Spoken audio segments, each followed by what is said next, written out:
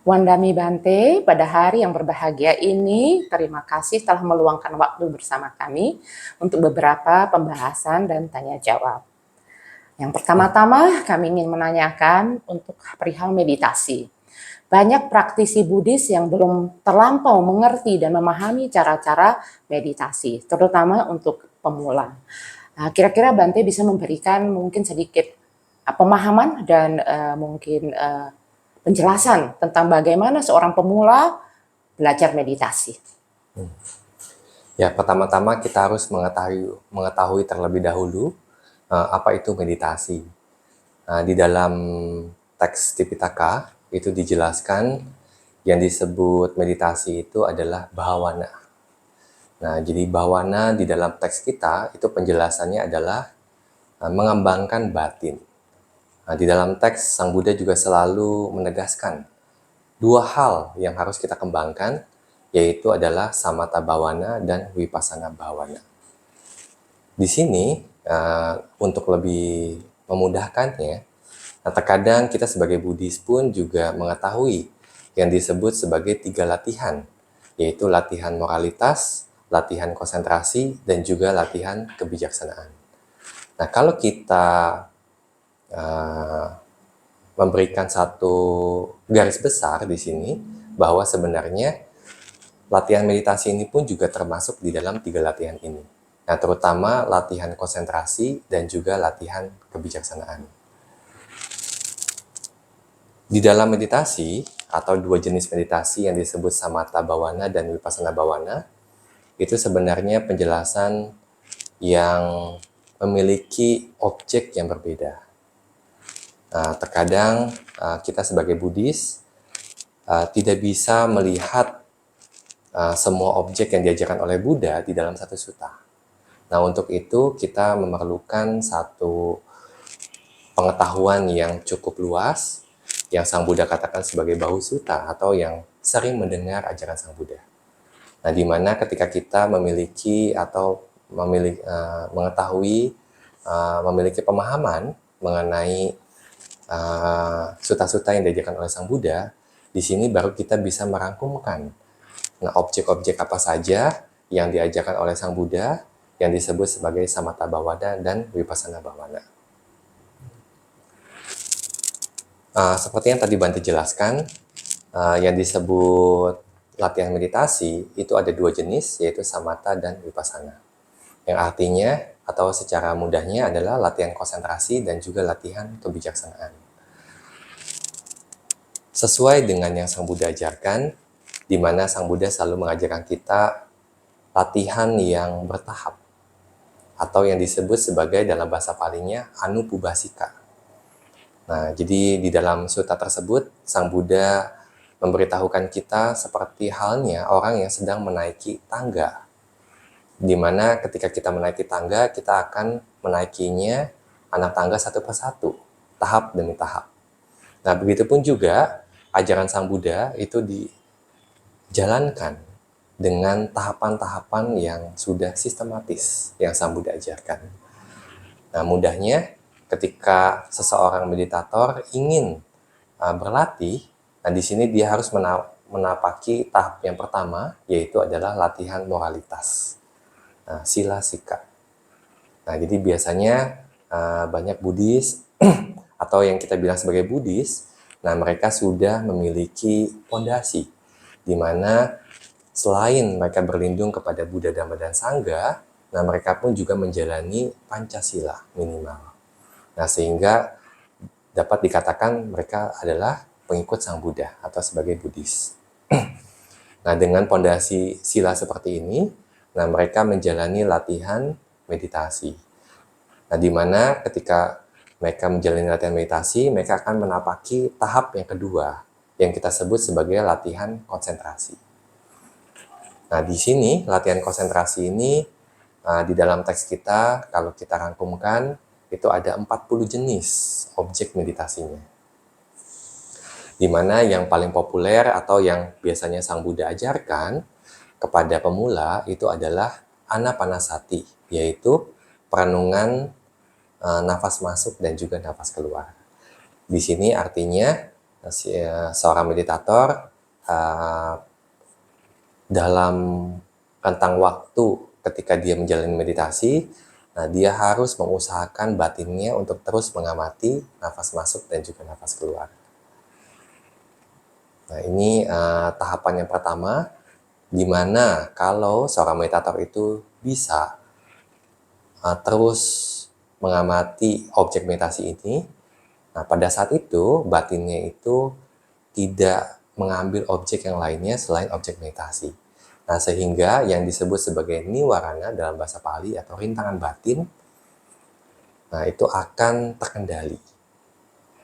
Nah, jadi Sang Buddha mengatakan kalau kita bisa menyingkirkan sementara rintangan batin ini, konsentrasi itu akan tercapai.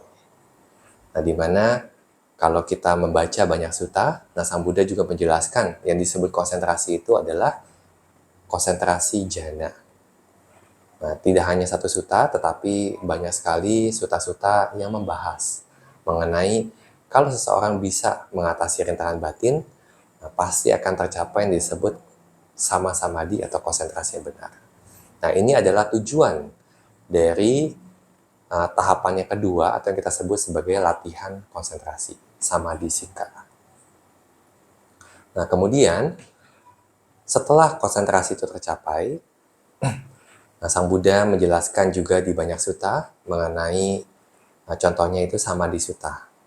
Nah, apa yang akan terjadi ketika seseorang itu memiliki konsentrasi yang benar atau yang disebut sama samadhi? Nah, di mana dikatakan bahwa dia akan bisa melihat segala sesuatu sebagaimana adanya.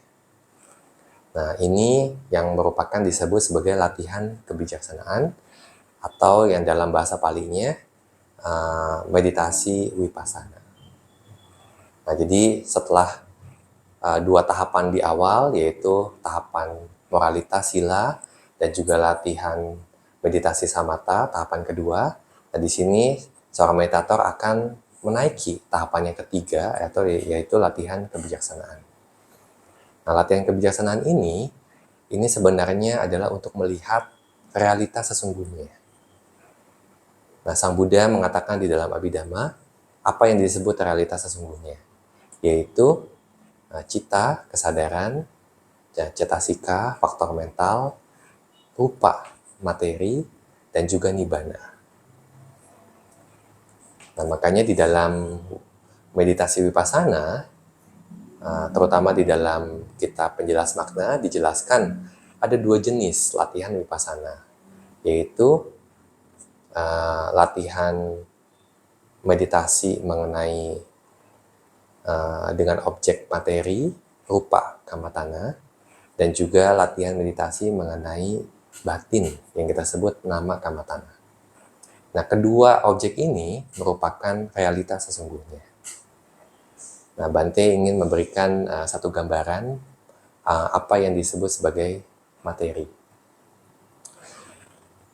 Di dalam Dhammacakkappavattana Sutta, Sang Buddha mengajarkan kepada kelompok 5 biku mengenai ketika seseorang berlatih itu harus menghindari dua ekstrim, yaitu ekstrim terhadap kesenangan duniawi dan juga ekstrim dalam menyiksa diri.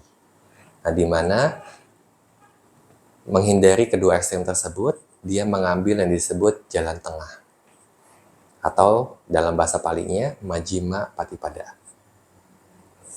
Nah, ketika Sang Buddha menjelaskan yang disebut mengambil jalan tengah, nah di sini Sang Buddha menjelaskan mengenai jalan mulia berunsur 8. Nah, jadi jalan tengah itu adalah jalan mulia berunsur 8. Fungsinya apa seseorang menjalani jalan mulia berunsur 8? Nah, untuk melihat yang disebut 4 kebenaran mulia. Nah, ketika Sang Buddha mengajarkan 4 kebenaran mulia, nah, kebenaran mulia yang pertama di sini adalah yang disebut dukkha sacca atau kebenaran mulia akan penderitaan. Nah, di sini Sang Buddha membahasnya mengenai 5 kanda atau 5 kelompok kemelekatan. Nah, salah satunya itu adalah rupa kanda. Nah, jadi kelompok kemelekatan mengenai materi. Nah, terkadang di dalam teks bahasa Indonesia kita selalu mendengar yaitu kelompok jasmani. Nah, tetapi istilah jasmani ini sebenarnya kurang pas. Kenapa? Karena biasanya kita memiliki pemahaman yang disebut jasmani itu adalah anggota tubuh. Mungkin kepala kita, mungkin tangan kita, mungkin kaki kita.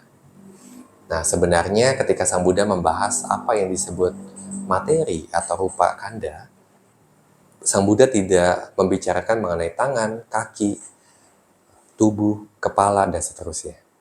Tetapi di sini Sang Buddha menjelaskan yang disebut rupa kanda itu adalah elemen tanah, elemen air, elemen api, elemen angin. Nah, di mana di sini sebenarnya yang Sang Buddha juga selalu mengatakan bahwa ini adalah realitas sesungguhnya dari segala sesuatu. Nah, segala sesuatu di dunia ini hanya tersusun dari 4 elemen ini. Nah, di mana di dalam ilmu pengetahuan kita juga mengetahui, nah tubuh kita ini juga sebenarnya tidak nyata. Karena tubuh kita ini juga terdiri dari unsur-unsur. Mungkin orang biologi memahami bahwa tubuh ini hanya disusun oleh sel. Orang kimia hanya menyadari bahwa tubuh ini disusun oleh unsur kimia. Begitupun juga oleh orang fisika, di mana tubuh ini juga tersusun hanya dari molekul subatom, partikel-partikel yang sangat kecil. Nah, Sang Buddha hampir 2600 tahun yang lalu sudah menjelaskan hal ini, di mana tubuh kita ini terdiri dari partikel-partikel kecil. Nah, dalam bahasa Palinya itu kita sebut sebagai rupa kalapa. Nah, yang menyusun partikel-partikel ini itu adalah 4 elemen. Nah, ini yang Sang Buddha ingin kita untuk menyadari 4 kebenaran mulia. Nah, jadi kalau seseorang, Sang Buddha mengatakan kalau kita memiliki konsentrasi yang mendalam, nah kita bisa memahami segala sesuatu sebagaimana adanya. Dan ini adalah objek dari Vipassana. Dengan menyadari objek Vipassana ini, secara alamiahnya kita juga menyadari bahwa semua ini adalah anicca, tidak kekal, dukkha, penderitaan, dan anatta, tanpa inti, tanpa aku. Nah, di mana kalau dia terus meneruskan meditasi Vipassananya, kondisi pencapaian nibbana itu akan tercapai. Nah, ini rangkuman kenapa Sang Buddha muncul di dunia ini. Nah, dengan menyadari 4 kebenaran mulia dengan usahanya sendiri, dan juga ingin memberitahu kepada semua makhluk cara untuk bisa melihat 4 kebenaran mulia. Nah, kita sungguh beruntung sebagai Buddhis karena memiliki guru agung sebagai panduan kita untuk bisa keluar, untuk bisa mencapai kebahagiaan tertinggi, nibbana. Sadu ya Bante, sadu. Nah Bante, ada yang saya ingin tanyakan. Yaitu adalah yang ketika kita latihan meditasi dengan objek rupa atau batin. Bagi seorang pemula, mungkin kurang memahami. Apakah batin itu? Apakah itu semacam bentuk kesadaran atau pikiran? Dan apakah batin itu juga termasuk dalam objek anicca? Ya, jadi yang disebut sebagai batin atau merujuk ke dalam bahasa Pali yang kita sebut sebagai nama. Nama itu adalah batin yang terdiri dari kesadaran dan juga faktor mental.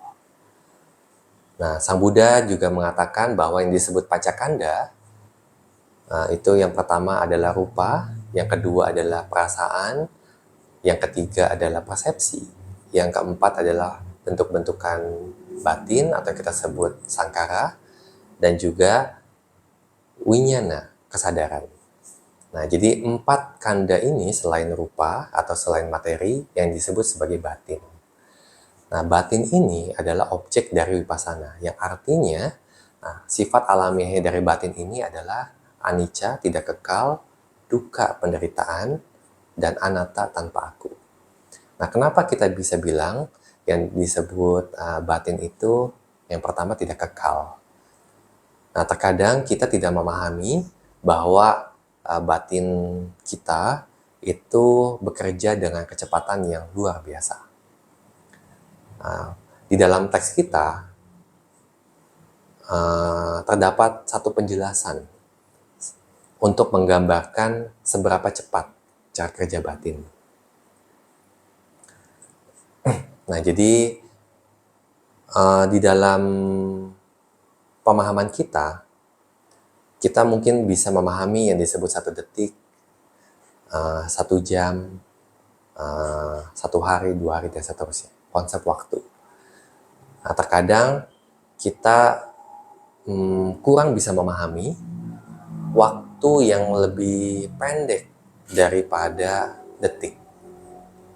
Mungkin yang kita sebut sebagai millisecond atau milidetik atau mungkin nanosecond, nanodetik, dan seterusnya begitu. Nah, tetapi cara kerjanya batin itu yang di dalam teks dijelaskan dalam 1 jentikan jari atau dalam 1 kedipan mata, itu triliunan kesadaran muncul dan lenyap dengan kecepatan yang luar biasa. Nah, kalau kita tidak memiliki konsentrasi yang mendalam, kita tidak bisa memahami kebenaran yang seperti ini. Nah, Bante ingin memberikan satu permisalan. Nah, contohnya, ketika kita melihat sesuatu, nah, terkadang hanya dalam 1 detik, kita bisa memahami banyak hal. Nah, jadi ketika kita membuka mata selama 1 detik, kemudian kita menutup mata kembali, nah pada saat itu kita bisa memahami banyak hal. Objek-objek apa saja yang kita lihat, warna-warna apa saja yang kita lihat, kemudian juga, nah terkadang kita bisa melihat juga hubungan antara objek-objek yang kita lihat tersebut. Nah, di sini ini kita dapat menggambarkan seberapa cepat proses kesadaran yang terjadi di batin kita. Dari mata kita menangkap warna sebagai objek dari mata, kemudian warna itu diolah dengan proses batin, nah sehingga kita bisa memahami apa yang kita lihat, benda apa yang kita lihat, warna apa yang kita lihat. Nah, begitupun juga di dalam teks dijelaskan, nah, terkadang ketika ada seseorang yang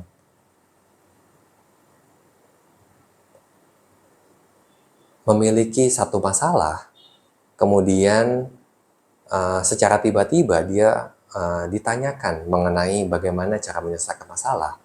Nah, dalam 1 detik pun juga dia bisa memberikan satu cerita untuk menyelesaikan masalah tersebut. Nah, di sini kita bisa memahami sebenarnya cara kerjanya batin itu sangat cepat. Nah, tetapi terkadang dalam kehidupan sehari-hari, nah kita tidak menyadari hal ini. Nah, tetapi kalau seseorang itu dapat berlatih Vipassana secara sistematis, nah dia bisa memahami hal ini. Nah, bahkan apa yang diajarkan di dalam Abhidhamma. Nah, contohnya ketika kita sedang bahagia yang berhubungan dengan batin yang bajik, artinya contohnya ketika kita berdana, nah, kemudian berdana dengan perasaan bahagia. Nah, pada saat itu akan muncul di batin kita proses kesadaran yang disebut kesadaran dan faktor mentalnya yang berjumlah 34. Nah, seorang meditator Vipassana, nah dia akan bisa melihat bagaimana cara bekerjanya batin yang seperti ini. Nah, pada saat itu dia juga mengetahui secara alamiah bahwa batin yang bekerja dengan cepat ini sebagai anicca, tidak kekal, dukkha, penderitaan, dan juga anatta tanpa aku. Terima kasih penjelasannya, Bante. Luar biasa sekali karena ini cukup lengkap ya, Bante. Tapi yang saya ingin tanyakan, pada usia berapa sebaiknya seseorang memulai latihan meditasi? Ya, kita bisa melihat ceritanya dari Sang Buddha. Nah, Sang Buddha karena memiliki kebiasaan dalam mengumpulkan kebajikan untuk menjadi sama Sang Buddha. Nah, secara alamiahnya di usia yang masih sangat muda, nah dia bisa bermeditasi dengan baik. Nah, contohnya waktu kita mungkin membaca cerita Sang Buddha ketika ada acara pembajakan sawah, festival pembajakan sawah yang dihadiri oleh Raja dan juga Pangeran Siddhartha. Nah, pada saat itu Pangeran Siddhartha yang usianya masih sangat kecil itu bisa bermeditasi dengan baik. Nah, ini yang juga dapat dijelaskan. Orang yang selalu mengumpulkan kebajikan, orang yang selalu rutin untuk mengolah batinnya, nah dia itu memiliki kebiasaan yang sulit untuk dirubah. Nah, sehingga walaupun dalam keadaan yang ramai seperti itu, nah dia secara alamiahnya untuk dia bisa bermeditasi. Di sini, dalam usia berapa kita harus memulai meditasi? Nah, sedini mungkin, menurut Bante, itu juga mungkin. Nah, kita bisa mengajarkan mungkin anak-anak kita untuk berlatih meditasi. Itu juga sangat bagus sekali. Bante pernah punya pengalaman di dalam Wihara Bante, yaitu di Tangerang. Nah, ada satu keluarga yang sering datang untuk dana makan ke tempat Bante. Nah, di mana anaknya itu mungkin usianya kelas 5 atau kelas 6 SD. Nah, pada saat itu anaknya jarang ketika Bante memberikan tanya jawab ataupun ceramah dhamma, nah anaknya itu jarang untuk mendengarkan kegiatan seperti ini. Nah, tetapi ketika orang tuanya mengikuti retret meditasi dan anaknya pun juga mengikuti retret meditasi, nah pada saat itu si anak ini mampu untuk mengembangkan konsentrasi. Nah, jadi ketika si anak ini dapat mengembangkan konsentrasi yang mendalam, nah jadi pada saat itu sifatnya pun juga berubah. Nah, itu tercermin ketika setelah pulang retret meditasi, nah, ketika kedua orang tuanya membawa anak ini dana makan ke wihara, nah si anak ini tidak seperti kebiasaan sebelumnya, yaitu mungkin sibuk dengan kegiatannya sendiri, mungkin main game, tetapi di sini dia akan mendengarkan dhamma. Nah, itu perubahan nyata yang Bante lihat sendiri. Nah, jadi hanya dengan mampu mengembangkan konsentrasi bisa merubah sifatnya. Nah, itu sangat luar biasa. Jadi usia kecil pun menurut Bante itu sangat memungkinkan untuk bisa mengembangkan konsentrasi yang mendalam. Bahkan di zaman Sang Buddha juga dijelaskan terkadang ada anak yang usia 5 tahun, 7 tahun, mereka bisa menjadi arahat. Berarti Bante sebuah keluarga itu yang banyak melakukan kebajikan, juga membiasakan kelakuan-kelakuan yang baik, ini akan bisa membantu mereka maupun anak-anak mereka untuk berlatih meditasi lebih baik. Begitu ya Bante ya? Betul, betul sekali. Baik sekali Bante. Lalu untuk anak-anak belajar Dharma, ini sebaiknya dari usia berapa ya Bante?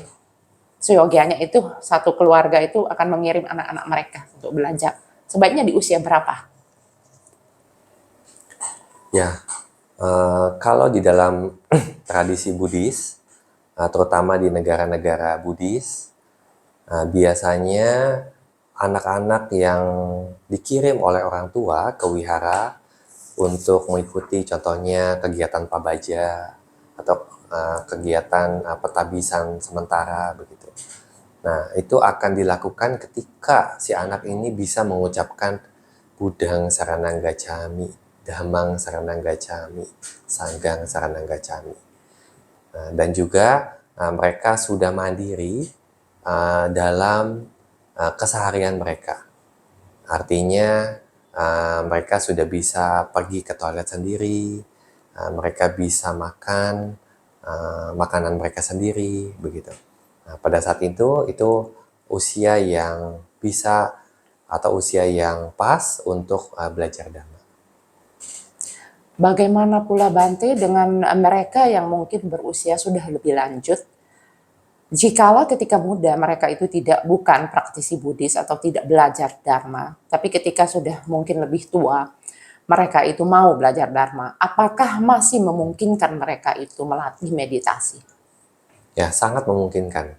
Bahkan di zaman Sang Buddha, ada biku yang usianya atau yang baru ditabis pada usia 120 tahun. Dan juga dapat mengembangkan meditasinya dengan baik sampai memiliki kesucian. Yang artinya di sini tidak menutup kemungkinan ketika usianya sudah lanjut pun mereka bisa berlatih dengan baik. Tetapi harap juga dipahami bahwa di dalam teks kita atau Sang Buddha juga mengajarkan salah satu faktor pendukung meditasi itu adalah kesehatan. Nah, yang artinya di sini, nah walaupun mungkin usianya sudah tua, tetapi di sini mereka pun juga harus memiliki kesehatan yang baik. Mereka tidak terkendala rasa sakit yang selalu mengganggu mereka, ataupun juga punya keluhan-keluhan tertentu. Nah, sehingga ketika meditasi itu tidak banyak terganggu oleh kesehatan tubuhnya mereka sendiri. Nah, tetapi kalau masih muda pun, tapi sudah sakit-sakitan, nah itu juga sangat sulit untuk mengembangkan meditasi. Terima kasih Bante. Jadi semoga kita semua yang diberkati oleh kesehatan yang masih prima, ya, segera berlatih meditasi untuk mendapatkan manfaat-manfaat yang sudah Bante sebutkan. Usia muda maupun usia tua, supaya tetap semangat. Ya. Terima kasih Bante penjelasannya.